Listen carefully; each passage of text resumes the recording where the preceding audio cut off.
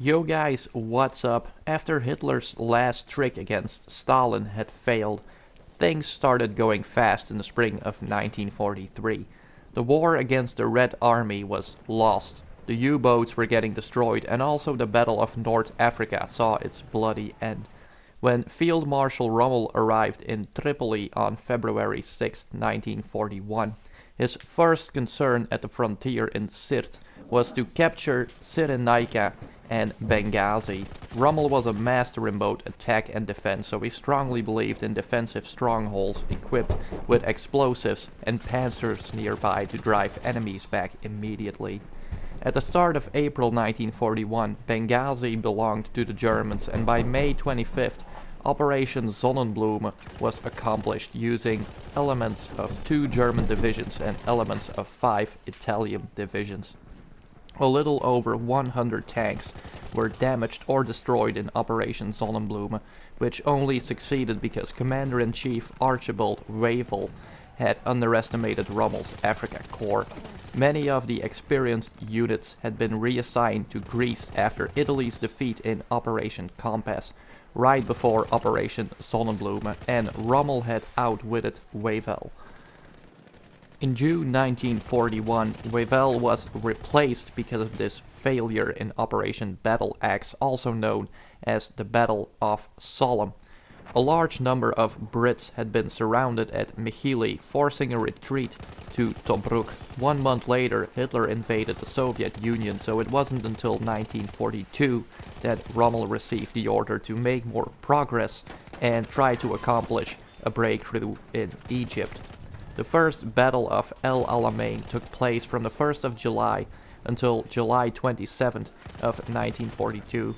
Even though the Afrika Corps only had 150,000 troops and a little over 1,100 tanks, the battle ended in a tactical tie. 13,250 Axis members were killed or captured. 17,000 Brits were killed or captured. The new Commander-in-Chief, Claude Auchinleck, had proved his value right away. With another major offensive going on in the Soviet Union, 1942 was the chance for Britain to conclude the battle in Africa. In August, Lieutenant General William Gott was assigned to replace Auchinleck when Churchill was visiting the area on his way to Moscow to meet with Stalin. However, a German Messerschmitt attack claimed the life of William Gott, and he was replaced with General Bernard Montgomery.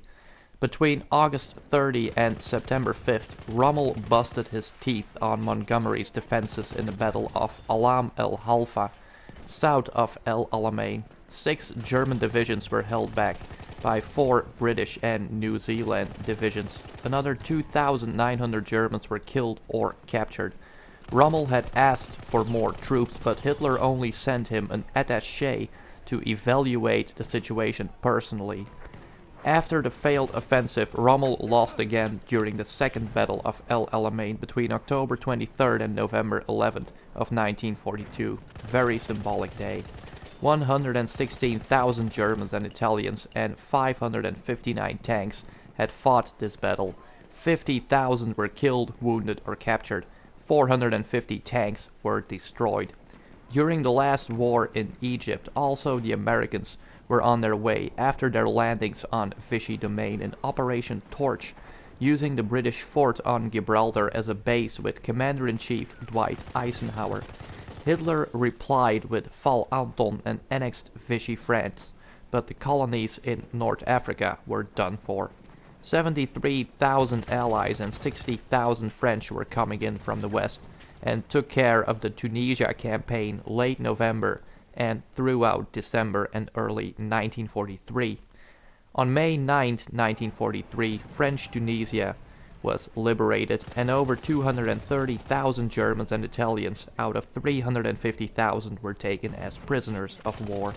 Rommel managed to escape and would not die because of war, but by his own hand, on October 14, 1944. A few arguments with Hitler before and after D-Day, and a bomb plot against Hitler on July 20th, 1944, made Rommel a suspect for Hitler. Scared of reprisals against his family, the Desert Fox did what any loving father would do and took his own life by using cyanide. He was buried later with full military respects, but after Rommel's passage through North Africa, which lasted for more than 2 years, the Allies were finally on their way to Sicily and mainland Europe. See you on the next one, guys. Peace.